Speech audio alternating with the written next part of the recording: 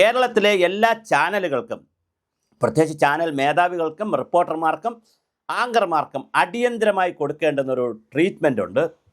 അത് പത്രങ്ങൾക്കും കൊടുക്കേണ്ടതാണ്. അതെന്താണെന്ന് വെച്ചാൽ, ട്രീറ്റ്മെൻ്റ് എന്ന് പറഞ്ഞാൽ ചികിത്സയല്ല, ഒരു ട്രെയിനിങ്, പരിശീലനം. ഞാൻ ട്രീറ്റ്മെൻ്റ് എന്ന വാക്ക് വെച്ചാൽ ഒരു പരിശീലനം കൊടുക്കേണ്ടതുണ്ട്. എന്താണ് പരിശീലനം എന്ന് പറഞ്ഞാൽ, സോഷ്യൽ സൈക്കോളജിക്കലായിട്ടുള്ള തിയറികളുണ്ട്. സാമൂഹിക മനഃശാസ്ത്രം, സമൂഹത്തിൻ്റെ മനസ്സ് എന്നൊന്ന് പഠിക്കേണ്ടതുണ്ട്. സോഷ്യൽ മൈൻഡ് ഒന്ന് പഠിക്കണം. സമൂഹത്തിൻ്റെ മനസ്സ് പഠിക്കുമ്പോൾ ദയവായി നിങ്ങൾ ഇന്ന് ചെയ്തിരിക്കുന്ന ചാനൽ പ്രവർത്തനത്തിൻ്റെ പകുതി നിങ്ങൾക്ക് മാറ്റേണ്ടി വരും. ഞാനൊരു ക്ലാസിക്കൽ എക്സാമ്പിൾ പറഞ്ഞിങ്ങോട്ട് വരാം. ഗഞ്ചാവ്, മദ്യപാനം, ലഹരി പദാർത്ഥങ്ങൾ, സ്ത്രീകളെ കൈകാര്യം ചെയ്യൽ, പറ്റിക്കൽ, പിഴപ്പിച്ച് പ്രസവിപ്പിക്കൽ, അബോർഷൻ തുടങ്ങിയ ഒരു 10-15 കേസെങ്കിലും കിടപ്പുണ്ടെന്ന ഒരു വ്യക്തിയാണ് വേടൻ. എനിക്ക് വേടനോട് യാതൊരു വ്യക്തിപരമായ എതിർപ്പുമില്ല. അദ്ദേഹം നല്ല ഗായകനാണ്, മനോഹരമായിട്ട് പാടും. വരികളോട് എനിക്ക് അഭിപ്രായ വ്യത്യാസമുണ്ട്, അത് വേറെ കാര്യം. എല്ലാ വരികളോടും ചില വരികളോട് എനിക്ക് കൃത്യമായ അഭിപ്രായ വ്യത്യാസമുണ്ട്. അതവിടെ നിൽക്കട്ടെ. വേടനെ ഗ്ലോറിഫൈ ചെയ്യാണ്. ഇന്നലെ 24-ൽ വേടനുമായി ഇൻ്റർവ്യൂ. വളരെ മോശമായ കാര്യങ്ങൾ ചില സമയത്ത് പറയുമ്പോഴും രാഹുൽ ഈശ്വറിനെ കൊണ്ടുവന്നിട്ടുണ്ട്. ചാനലുകൾ വിചാരിച്ചാൽ ആളുകളെ ഗ്ലോറിഫൈ ചെയ്തെടുക്കാം, വാർത്തകളെ ഗ്ലോറിഫൈ ചെയ്യാം. അങ്ങനെ നിങ്ങൾ ഗ്ലോറിഫൈ ചെയ്തെടുക്കുമ്പോൾ സമൂഹത്തിന് കിട്ടുന്നൊരു മെസ്സേജ് ഉണ്ട്. തെറ്റ് ചെയ്താലും, തെമ്മാടിത്തരം കാണിച്ചാലും, സ്ത്രീകളെ ഉപദ്രവിച്ചാലും, കുട്ടികൾ പോക്സോ കേസിൽ പെട്ടാലും, എന്ത് ചെയ്താലും പേരും പ്രശസ്തിയും പണവും ഉണ്ടെങ്കിൽ ഗ്ലോറിഫൈ ചെയ്ത് കിട്ടും എന്നൊരു മെസ്സേജ് ഇവിടെ പോകും. അത് നല്ലതല്ല. അങ്ങനെ മെസ്സേജ് കൊടുക്കുന്നതിൽ ചാനലുകൾ നെഗ്ലക്റ്റ് ചെയ്യേണ്ടതാണ്.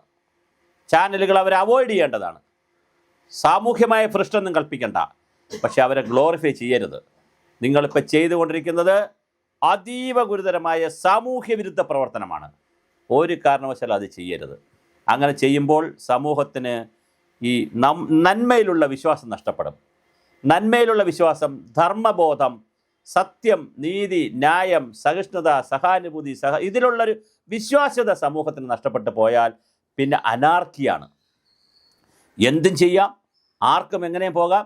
രാവിലെ വീട്ടിൽ നിന്നിറങ്ങുമ്പോൾ ഒരു പേനാക്കത്തി കൂടി കയ്യിൽ കരുതണം, അല്ലെങ്കിൽ ഒരു റൈഫിൾ കൂടി കയ്യിൽ കരുതണം, അല്ലെങ്കിൽ ഒരു തോക്ക് കൂടി കയ്യിലിരിക്കണം, അല്ലെങ്കിൽ 2 കല്ലെങ്കിലും കയ്യിലിരിക്കണം എന്ന് തോന്നി ഇറങ്ങുന്ന ഒരു സമൂഹമായി മാറും. ഒരുപാട് ഉദാഹരണങ്ങളുണ്ട്. നമ്മുടെ രാജ്യത്തും വിദേശത്തും ലോകരാജ്യങ്ങളിലെല്ലാം ഒരുപാട് ഉദാഹരണങ്ങളുണ്ട്. എന്തെന്നാൽ സിസ്റ്റത്തെ, നമ്മുടെ ഒരു വ്യവസ്ഥിതി ഉണ്ടല്ലോ, ആ വ്യവസ്ഥിതിയെ മോശമാക്കി ചിത്രീകരിക്കുകയും ആ വ്യവസ്ഥിതി പരാജയമാണെന്ന് പറയുകയും, ഇങ്ങനെ തെറ്റ് ചെയ്യുന്നവരെ, ഗോവിന്ദച്ചാമിക്ക് വൈകുന്നേരം രാത്രി കഴിക്കാൻ എന്ത് വേണമെന്ന് ചോദിക്കുമ്പോൾ മട്ടൻ മതി എന്ന് പറയുമ്പോൾ ഇല്ലാത്ത ഹോട്ടലിൽ പോയി മട്ടൻ വാങ്ങാൻ ഓടുന്ന പോലീസുകാരുള്ള നാട്ടിൽ, അല്ലെങ്കിൽ അങ്ങനെ വാങ്ങിക്കൊടുക്കാൻ ഓടുന്ന ഒരു കൗതുകം നാട്ടിൽ, അത് വാർത്തയാക്കുന്ന മീഡിയ ഉള്ള നാട്ടിൽ എല്ലാ മോശം കാര്യങ്ങളെയും വാർത്തയാക്കി ഗ്ലോറിഫൈ ചെയ്ത് അവതരിപ്പിക്കുന്ന ഒരു കാഴ്ചപ്പാട് നമ്മുടെ മാധ്യമങ്ങളിൽ കണ്ടുവരുന്നു. അതിലൂടെ സംഭവിക്കുന്നത് സമൂഹം അനാർക്കിയിലേക്ക് പോകും, അരക്ഷിതത്വത്തിലേക്ക് പോകും. ഒരു സാമൂഹ്യ സുരക്ഷിതത്വ ബോധമില്ലാത്തൊരു ജനതയായി മാറും.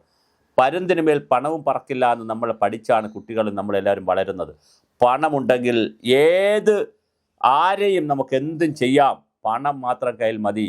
അതോടൊപ്പം ഇപ്പോൾ ഈ നിങ്ങൾ പഠിപ്പിച്ചു കൊടുക്കുന്നത്, പണത്തോടൊപ്പം അധികാരവും പേരും പ്രശസ്തിയും ഉണ്ടെങ്കിൽ, പെരുമയുണ്ടെങ്കിൽ എന്തും ചെയ്യാം. ഗ്ലോറിഫൈ ചെയ്യാൻ ഇവിടെ മാധ്യമങ്ങളുണ്ട്.